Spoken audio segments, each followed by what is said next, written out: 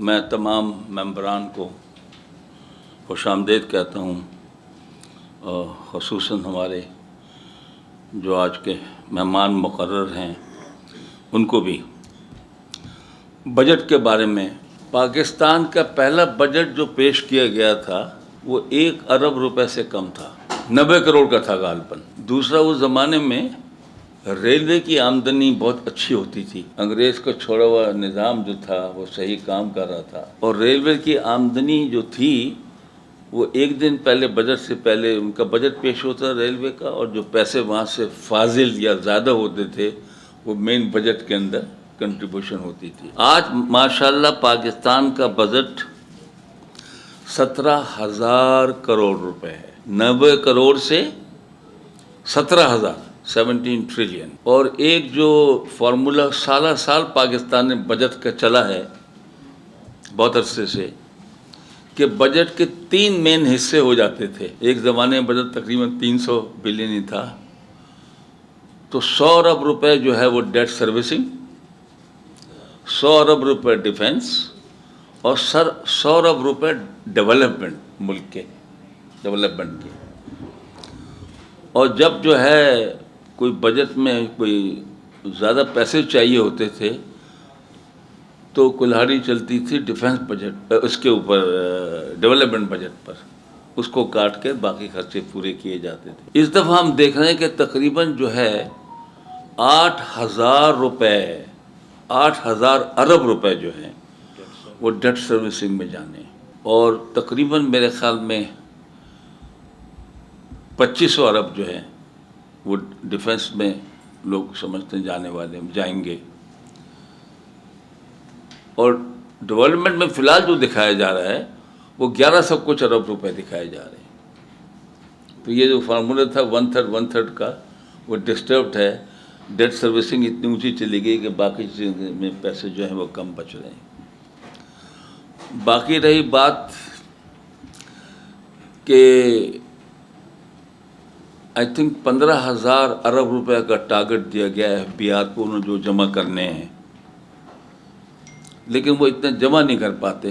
اس سال بھی کئی 100 یا کتنے اس کے جو ہے ارب ہزار کی وہ شارٹ فال ہے اس سال بھی۔ اور مسئلہ وہی ہے کہ ایکسپینڈیچر پاکستان کا زیادہ ہے اور انکم جو ہے کلیکشن کم ہے۔ تو جس دن بجٹ پاس ہوتا ہے 30 جون سے پہلے اس دن 5-6 ہزار ارب روپے ڈیفیسٹ میں ہم پہلے دن ہوتے ہیں۔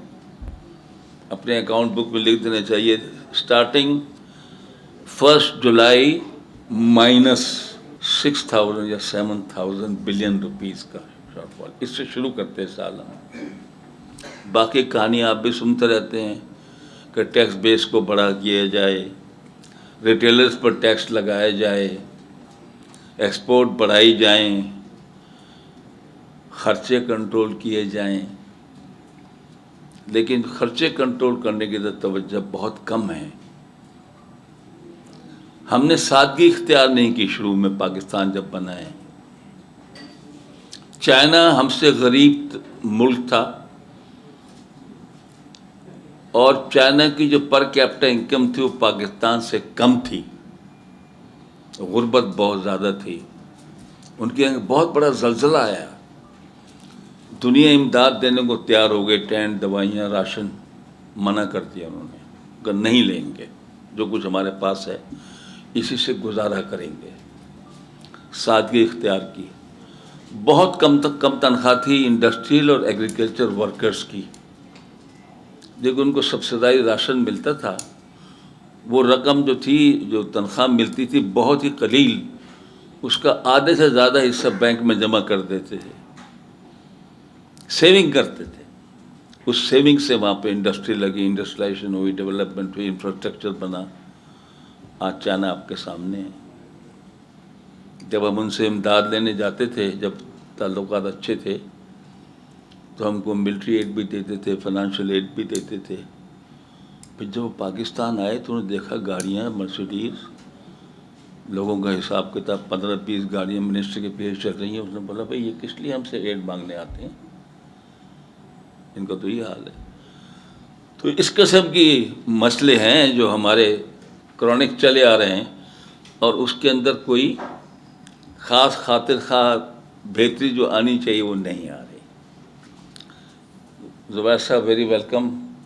ویسے تو مجھے بہت بڑا یہ ایک لکھ کر دیتے ہیں پڑھنے کے لیے بایو ڈاٹا، لیکن آپ اتنے مشہور ہیں کہ انہوں نے اس کی ضرورت ہی نہیں سمجھی. جانتے ہیں آپ کو اچھی طرح، ٹی وی پر بھی دیکھ چکے ہیں، باتیں بھی سن چکے ہیں. ہاں، تو سر آپ کے پاس 15 منٹ ہیں. آپ نے ان 15 منٹوں میں دریا کو کوزے میں بند کرنا ہے. Thank you very much. ایک تو مجھے انوائٹ کرنے کے لیے، اور اٹس این آنر.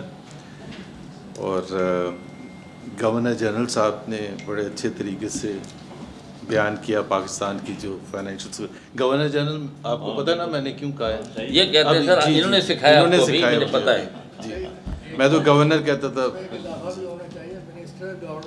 جی چل، تو آپ نے اچھا میرا خیال ہے انٹرو پاکستان کا کیا. ایک تو میں 2 چیزوں کی وضاحت پہلے کر دوں کہ آپ نے کہا کہ چائنیز پہلے ہمیں ایڈ دیتے تھے. چائنیز ابھی بھی، اگر جو اسٹیٹ بینک آف پاکستان میں ہمارے ریزروز ہیں، جو کہ سب سے بڑا ہمارا مسئلہ رہتا ہے، اس میں بھی آدھے ریزروز وہ چائنا کے ہیں. 2 ہی ہم اب دوست ممالک رہ گئے ہیں، ایک چائنا اور ایک سعودی عربیہ. یو اے ای نکل گیا تھا تو اس کے بدلے پھر اور دیے سعودی عربیہ نے. سو $12 بلین آؤٹ آف $16 بلین جو ہمارے ٹوٹل ریزروز ہیں وہ دوست ممالک کے ہیں. دوسرا جو آپ نے بات کی، میں وہیں سے شروع کروں گا کہ پاکستان یہاں آ کے، ایک تو آئی تھنک یہاں جتنے بھی آڈینس موجود ہے وہ ایک چیز کو ایکسیپٹ کرتے کہ پاکستان کی جو اکنامک صورتحال ہے بہت خراب ہے. کیونکہ پہلے تو یہ بھی، اگر کوئی وزیر بیٹھے ہوتے تو وہ شاید کہتے کہ نہیں ہماری تو بڑی زبردست ہے اکانومی، آپ کہیں اور سے شروع ہو رہے ہیں. So I think most people here will agree. وہ بھی شاید حکومت والے بھی یہ کہتے ہیں ہاں خراب ہے، لیکن اس کی پھر وجوہات ہر ایک کی ڈفرینٹ ہو سکتی ہیں اور لاجک بھی ہو سکتی ہے.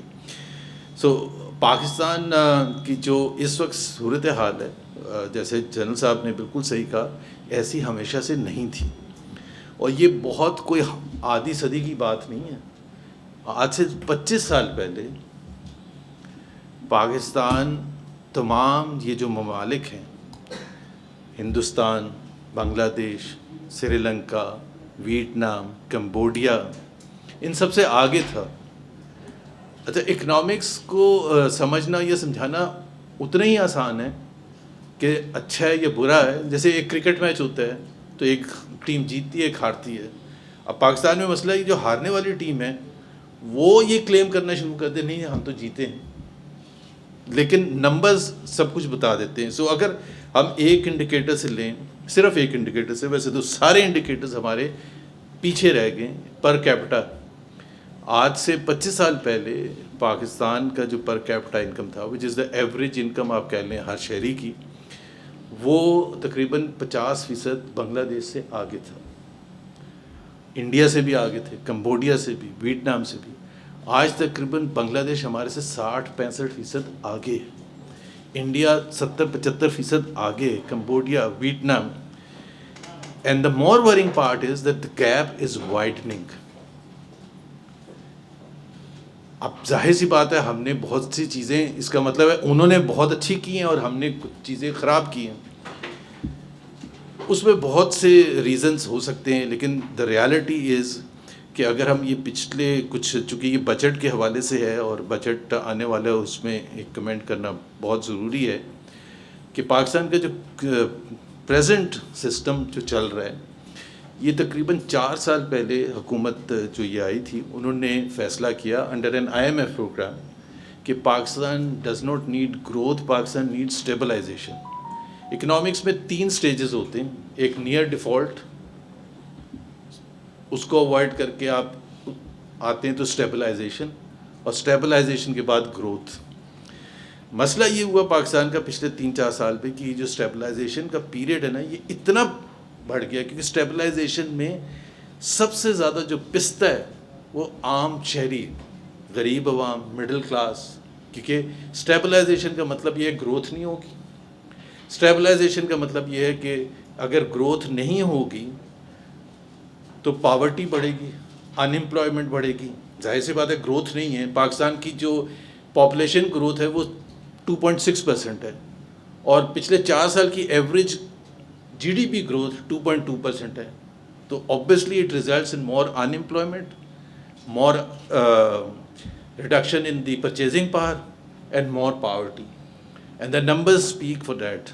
Poverty ہمارے یہاں اس وقت تقریباً 45% کے لگ بھگ ہے. 45% of the total population is defined as living below poverty line. And it was never that bad in our history. And this is substantiated and supported by all major institutions like World Bank اور independent ہمارے جو economist doctor Hafeez Pasha وغیرہ ہیں. Unemployment جو ہے وہ حکومت کے مطابق 21 سال کی بلند ترین ہے, حکومت کے مطابق 7.1%, بٹ جو ورلڈ بینک یا انڈیپینڈنٹ اکانومسٹ ہیں وہ کہتے ہیں 22% سے 24% ہے, اور خاص طور پر یوتھ میں اس سے بھی زیادہ ہے, تقریباً 30% کے قریب ہے. پرچیزنگ پاور پچھلے 4 سال کے مقابلے میں 65% اروڈ ہوئی ہے, وچ مینس کہ 2022 میں جو آپ 17-18 ہزار روپے میں جو چیزیں کر سکتے تھے اب آپ کو 50,000 سے زیادہ چاہیے. بٹ سمپل سی اس کی definition. So that has been the impact of the stabilisation. تو ظاہر انمپلائڈ تو وہ ہوا ہے جو اس طبقے سے تعلق ہے جس کو سب سے زیادہ ضرورت ہے انمپلائمنٹ کی, یا پرچیزنگ پاور اس کی اروڈ ہوئی ہے جس کو سب سے زیادہ مشکل ہے گھر کا گزارا کرنے کی. اور انمپلائمنٹ اور پھر پاورٹی میں بھی وہ نیچے گئے ہیں پاورٹی لائن سے جو سب سے زیادہ ولنریبل طبقہ ہے.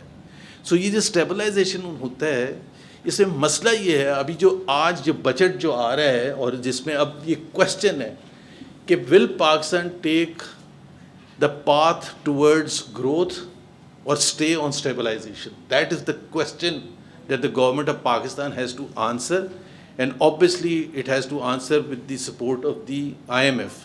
The government fully understands, by the way اس پہ کوئی دو رائے نہیں ہے پرائم منسٹر کی, کہ یہ جو اسٹیبلائزیشن کا پیریڈ ہے یہ بہت لمبا کھنچ گیا ہے. اس کی پرائس عوام نے اتنی زیادہ پے کر دی ہے کہ اب برداشت کے قابل نہیں ہے. اور صرف عوام نے نہیں پے کیا ہے. Let's come to the most important segment of a society جو آپ کی معیشت کو آگے لے کے جاتا ہے, دا business community, the corporate sector, جو بڑے بڑے بزنس مین, انہوں نے بھی بہت بڑی پرائس پے کی ہے. انہوں نے کیسے کی ہے کہ آپ جب اسٹیبلائزیشن میں جاتے ہیں تو آپ ایک چیز آپ کو اکنامک ایکٹیویٹی کو سلو ڈاؤن کرنا پڑتا ہے, بیکاز آپ امپورٹس افورڈ ہی نہیں کر سکتے کہ وہ دھڑا دھڑ امپورٹس ہوں, اور وہ اگر ہوں گے تو پھر آپ کے لیے دوسرا مسئلہ شروع ہو جاتا ہے. تو بزنس کمیونٹی اور پھر ہائی انٹرسٹ ریٹس وہ, اور پھر آپ کا جو بجلی انڈر دس اسٹیبلائزیشن پروگرام جو شروع کیا گیا تھا کہ بجلی کے نرخ ایک فیصلہ کیا گیا کہ جی حکومت can no more take the burden of expensive electricity, it has to be passed on to the people, to the business community and so on. So جو 2022 میں 16 روپے پر یونٹ ریٹ تھا وہ اب تقریباً 60 روپے کے قریب, پھر اس کے ساتھ ٹیکسز اور فلانا اور وہ ساری چیزیں. اسی طرح سے ہمارے جو ٹیکس ریٹس ہیں یہ بھی اسٹیبلائزیشن پروگرام ہی کا حصہ ہوتا ہے. اور یہ کوئی ایسے نہیں کہ ایک دم سے خیال نہیں آیا کہ جی, کیونکہ حکومت نے تو جیسے جنرل صاحب کہہ رہے تھے کہ وہ جو ڈیفیسٹ ہے ریونیو میں اور ایکسپینڈیچر میں اس کو کہیں سے تو پورا کرنا ہے. تو آپ کے پاس کیا چوائسیز ہیں؟ آپ نے ڈیفینس ایکسپینڈیچر بھی انکر کرنا ہے, ڈیولپمنٹ بھی کرنی ہے, سبسڈیز بھی دینی ہے. تو آپ نے اس کو 2 طریقے سے آپ نے پورا کرنا ہے, ایک قرضے لے کے اور دوسرا ٹیکس لگا کے. پرائمریلی یہ 2 آپ کے مین سورسز ہیں. جس طرح ابھی جنرل صاحب نے کہا کہ 15.3 ٹریلین تقریباً ٹیکسز پرپوزڈ ہیں یہ جو نیا بجٹ ہے. اس سال 14.1 ٹریلین تھے, پھر اس کو ریوائز کیا ڈاؤن ورڈ 13.9 ٹریلین کیا, اب وہ ٹوٹل جا کے کلیکٹ ہوئیں گے 13 ٹریلین. اب 13 ٹریلین میں اگر عوام کی چیخیں نکل گئی ہیں, بزنس مین کی چیخیں نکل گئی ہیں, Pakistan's tax rates are the highest in the region by far and one of the highest in the world. The tax rates for any segment of the society. Pakistan's electricity rates are the highest in the region and by far and one of the highest in the world. تو ظاہر سی بات ہے اگر آپ کے یہ ماحول ہوگا، پاکستان کا پالیسی ریٹ لے لے جو اسٹیٹ بینک کا ابھی بھی وہ کم ہو کے بھی 11.5% ہے. اگر آپ بنگلہ دیش کا دیکھیں گے، انڈیا کا دیکھیں گے تو 5%، 4%، 4.5%. سو ڈبل سے زیادہ وہ ہے. سو تو بزنس کمیونٹی جو ہے، جو میں کہہ رہا تھا، وہ ان سرکمسٹانسز میں کہ جہاں بجلی سب سے مہنگی ہو، جہاں ٹیکس ریٹ سب سے مہنگے ہوں، جہاں انٹرسٹ ریٹ سب سے مہنگے ہوں، اور جہاں اکنامک ایکٹیویٹی پر قدغن حکومت نے لگانے کا فیصلہ کیا ہو، تو ظاہر ہے وہ کمپیٹ ہی نہیں کرے گی. اور اس کا نتیجہ آپ دیکھ لیں کہ ایکسپورٹس جو ہیں انڈر دا اسٹیبلائزیشن 2022 میں جو ہماری ایکسپورٹس تھیں، وچ از دا موسٹ امپورٹنٹ انگریڈینٹ آپ کی اکانومی کو آگے لے کے جانے کے لیے، ایکسپورٹس 2022 کے مقابلے میں آج کم ہیں. This is a very very alarming situation. So جب آپ بات کرتے ہیں کہ یہ اس کا کیسے ہم فیصلہ کریں کہ کیا اب یہ اس بجٹ میں یہ دیکھنا یہ ہوگا کہ حکومت اسٹیبلائزیشن کی جگہ گروتھ کی طرف جانے کے لیے تیار ہے. اب یہ مشکل فیصلہ ہے، یہ بھی میں آپ کو بتا دوں کہ ویسے تو سمجھنے کے لیے ایک نن اکانومسٹ کے لیے کہ بھائی تو چلے جائیں نا گروتھ کے لیے، جابس بھی کریٹ ہوئیں گی، اکنامک ایکٹیویٹی. مسئلہ پاکستان کا پھنستا ہے جہاں تقریباً 6% گروتھ کی طرف ہم پہنچتے ہیں، اس کا مسئلہ یہ ہوتا ہے کہ آپ کے پاس فارن ایکسچینج سپورٹ کرنے کے لیے ہے ہی، کیونکہ 6% آپ گروتھ لے جانے کے لیے آپ کو دبا کے امپورٹس کرنی پڑتی ہیں. ایک تو یہاں جو ضرورت کی چیزیں ہیں اس کو پورا کرنے کے لیے، پھر ایکسپورٹس کو کرنے کے لیے جو آپ نے جو بھی آپ کو ایلیمنٹس چاہیے وہ آپ نے امپورٹ کرنے ہیں، اس کو پھر یوز کر کے پھر آپ نے ایکسپورٹ کرنا ہے. سو ہمارے ہر ادوار میں جہاں ایکسپورٹ گروتھ پہنچی 6% تقریباً. مشرف صاحب کے پیریڈ میں دیکھیں جو لاسٹ ایئر تھا ان کا، تقریباً لاسٹ ایئر تھا 2007، تو جب وہ گئے ہیں تو جو آپ کا کرنٹ اکاؤنٹ ڈیفیسٹ تھا، which is basically the difference between your dollar جو آ رہے ہیں ورسز ڈالر جو جا رہے ہیں، پیور ڈالر کا آپ کیش فلو سمجھ لیں. اس وقت ہمارا سب سے بڑا کرائسس تھا. پھر 2013 میں بہت بڑا کرائسس تھا. پھر 2018 میں بہت بڑا کرائسس تھا. 2018 میں جب حکومت گئی ہے تو $19 بلین کا گیپ تھا. Current account deficits was $19 billion. اور کوئی بھی حکومت آتی، کوئی بھی پارٹی آتی 2018 میں، تو اس کے پاس ایک ہی چوائس ہوتی کہ IMF کے پاس بھاگو ورنہ ڈیفالٹ ہو جائے گا. بیکاز ڈیفالٹ ہوتا ہے ڈالر کی وجہ سے، ڈالر کی کمی، روپے کی کمی کی وجہ سے نہیں ہوتا. روپے تو آپ پرنٹ کر لیتے ہیں، لیکن جو آپ کی ڈالر کی آبلیگیشنز ہیں اگر آپ وہ پورا نہیں کریں گے تو ظاہر ہے وہ ڈیفالٹ والی سچویشن آ جائے گی. اسی طرح سے 2022 میں $18 بلین پر کرنٹ اکاؤنٹ ڈیفیسٹ کھڑا تھا. اور یہ لاسٹ ایئرس جو ہیں اگر آپ دیکھیں گے گروتھ آپ کی 6% پہنچی اور آپ کا دوسرا مسئلہ شروع ہو گیا. اور دوسرا مسئلہ اس لیے شروع ہوتا ہے کہ آپ you are not generating enough dollars. کیسے 4 سورسز ہیں ڈالرز کمانے کے. ایک ریمیٹنسز ہے جس کا ہمیں اپنے ورکرز کا شکریہ ادا کرنا چاہیے کہ انہوں نے سہارا دیا ہوا تقریباً $40 بلین سے زیادہ کراس کر جائیں گے. دوسرا ہے آپ کا ایکسپورٹ بڑھانے کا. وہ میں نے ابھی آپ کو بتایا کہ وہ پچھلے 4 سال میں اسٹیگنٹ ہے، بلکہ اس کم ہے، 7% کم ہے کمپیئر ٹو 2022. تیسرا ہے foreign direct investment. Foreign direct investment has plunged in the صرف لاسٹ 2 years کا میں بتا دوں 82% ہمارا فورن ڈائریکٹ انویسٹمنٹ کم ہے. باوجود اس کے کہ ٹی وی پر کچھ منع کرتے ہیں جنرل صاحب، یہاں تھوڑا سا بات کر لیں. SIFC بنایا گیا تھا، مطلب وہ تو حقیقت ہے انویسٹمنٹ کو بوسٹ کرنے کے لیے. اور اس میں بھی کوئی دو رائے نہیں ہونی چاہیے کہ پرائم منسٹر نے جتنی ایفرٹ کی ہے، پریزنٹ پرائم منسٹر نے فورن ڈائریکٹ انویسٹمنٹ لانے کے لیے، باہر جاتے ہیں، دورے کرتے ہیں، اور انہوں نے پہلے دن سے یہ کہا کہ ہم قرضہ لینے نہیں آئے. ایکچولی پھر اینڈ قرضوں میں ہی ہوتا ہے، لیکن کیونکہ انویسٹمنٹ تو آئی نہیں. انویسٹمنٹ جو ہماری ہے which is probably the most important economic indicator, کیونکہ ایک سمپل سی بات ہے، ایک دکان لگے گی تو امپلائمنٹ جنریٹ ہوگی، وہاں سے ٹیکس کلیکٹ ہو، انکم جنریٹ ہوگی، اس سے ٹیکس ہوگا، ایکسپورٹ ہوگی، امپلائمنٹ جنریشن ہوگی. Investment is at a 50-year low. So this is the price of stabilization. کیونکہ جب آپ نے ہر چیز کے لیے اتنی مشکلات پیدا کر دی ہیں تو فورن انویسٹر اور لوکل انویسٹر تو کہتے ہیں بھائی میں نہیں آؤں، اور جو ہے وہ بھاگ جائے گا، کیونکہ اس کے پاس چوائس ہے. پاکستانی انویسٹر کے پاس بھی چوائس ہے، فورن انویسٹر کے پاس بھی چوائس ہے کہ میں نے ایک فیکٹری یا ایک انڈسٹری لگانی ہے. اگر مجھے اس خطے میں ہی لگانی ہے تو میں بنگلہ دیش کیوں نہ جاؤں, میں انڈیا کیوں نہ جاؤں, میں سری لنکا یا کمبوڈیا یا ویتنام وغیرہ یا چائنا وغیرہ کیوں نہ جاؤں, اس کے پاس چوائس ہے. And by the way the Pakistani investor has the same choice. There are few business man like Arif Habib for example, جن کی تعریف کرنی پڑے گی کہ ہر مشکل میں انہوں نے کہا نہیں پاکستان میں ہی ہم نے انویسٹمنٹ کرنی ہے. But it's not an easy thing. And there are several other reasons for the poor investment climate. It's not just the cost of operations which is driving away. Like for example, the fairness of the judicial system. جب آپ یہ کہتے ہیں نا کہ 26 amendment 27 amendment, when you make the judiciary subservient to the executive, تو آپ کا جو ڈومیسٹک انویسٹر ہے نا وہ بھی اگر ایف بی آر سے کوئی کانٹریکٹ سائن کرنے جا رہا ہے یا منسٹری آف پلاننگ سے یا فائنانس منسٹری سے, تو وہ کلوز میں آج کہتا ہے کہ آربیٹریشن ول بی لنڈن اور سوئٹزرلینڈ, کیونکہ اس کا یقین ہی نہیں, اس کو پتہ ہے کہ جھگڑا ہو رہے ہیں تو کسی ایک کال جانی ہے جج کے پاس اور اس نے فیصلہ دینا ہے حکومت کے حق میں یا حکومت کے جو بھی ادارے کے حق میں, تو وہ تو بیچارہ رول جائے گا. سو یہ جو نقصان ایک ہوتا ہے نا یہ جوڈیشری کا, انڈیپینڈنٹ جوڈیشری کا, we all are paying the price of that and that has to be understood.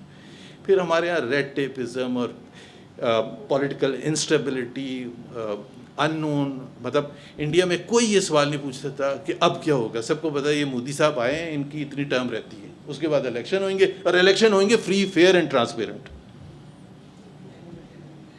اب یہاں یہی نہیں پتا کہ ایک ہر دور میں ایک نیا سسٹم آتا ہے اور وہ جب جو بھی لے کے آتے ہیں وہ جب جاتے ہیں تو پورا سسٹم کولیپس کر جاتا ہے. میں ایک صرف اگزامپل دوں گا, جس طرح ایوب خان بڑی زبردست ان کی اکنامک پروگریس بھی ہوئی اس زمانے میں, وہ اپنا آئین بھی لے کے آئے. 7 بجے if I am not wrong 25 March 1969 تھی, انہوں نے اپنا ریزگنیشن اناؤنس کیا. 7:03 پر جو وہ آئین لائے تھے نا وہ ختم ہو گیا تھا. The system collapsed and that is where we need to understand. اور Iran has given us a great example کہ individuals are not important, institutions are important. ایک انڈیویژل آئے, ان کے کتنے انڈیویژلس تھے جن کو مارا ابھی جنگ میں, ٹاپ جرنلس کو, سائنٹسٹ کو, پتہ ہی نہیں چلا ریپلیسمنٹ ہو گئی. یہ تو نہیں ہوا کہ وہ ایک گیا تو سارا سسٹم گر گیا, وہ جی آئین جو بنایا گیا تھا وہ تو سارا ختم ہو گیا. And that is where our economic activity has never been sustainable, and that is one of the reasons that we have been left behind. And only one other comment that other than economics جو ہماری کمزوری ہے, I'm sorry تھوڑا سا اچھا ایک صرف human development indicators, that is the key for future economic prosperity.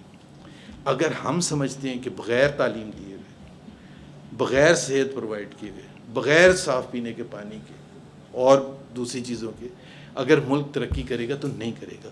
آپ اپنا یہ انڈیکیٹرز اٹھا لیں اور انہی کنٹری سے کر لیں آج سے 40 سال پہلے کہ لٹریسی ریٹ کہاں تھا, آؤٹ آف اسکول چلڈرن کتنے تھے, اور آپ حیران رہ جائیں گے کہ دا گیپ اس وقت پاکستان نے پچھلے 30 سال میں 61% سے 63% لٹریسی ریٹ کیا. کنٹریز پہنچ گئی 95, 96, 98%. 40% of our kids below the age of 5 are stunted, deformed, with illiterate people. 2.50 crore, which represents 40% of the total population in that age group, don't go to school. اور ہم ترقی کی باتیں کر رہے ہیں. یہ وہی ایفرٹ ہوتا ہے جو آپ اپنے گھر میں کرتے ہیں اپنے بچے کی تعلیم اور صحت کے سلسلے میں, کہ آپ کو پتہ ہے کہ آپ نے کمپرومائز نہیں کرنا. But we are ready to compromise and we are all paying the price. Thank you. Thank you very much, sir. Very kind of you. Budget کا بہت سے لوگوں نے کہا عام آدمی سے تعلق نہیں ہے. ابھی بجٹ آئے گا تو پتہ چل جائے گا عام آدمی سے کتنا تعلق ہے, جب اس کو کتنے قربانی دینی پڑے گی اس چیز پر. یہ مت کہیں کہ عام آدمی تعلق نہیں, ہم سب کا بہت سخت تعلق ہے. تو یہ کوئی نہ کہے کہ عام آدمی سے تعلق نہیں, تعلق ہے. اچھا خوشخبری یہ ہے کہ ہمارے ممبر رضوان صاحب یاد ہے آپ کو, وہاں بیٹھے تھے آپ کے جہاں بیٹھی ہیں, جو اپنے خیری صاحب کے داماد ہیں, وہ اپائنٹ ہو گئے سندھ پبلک سروس کمیشن کے چیئرمین.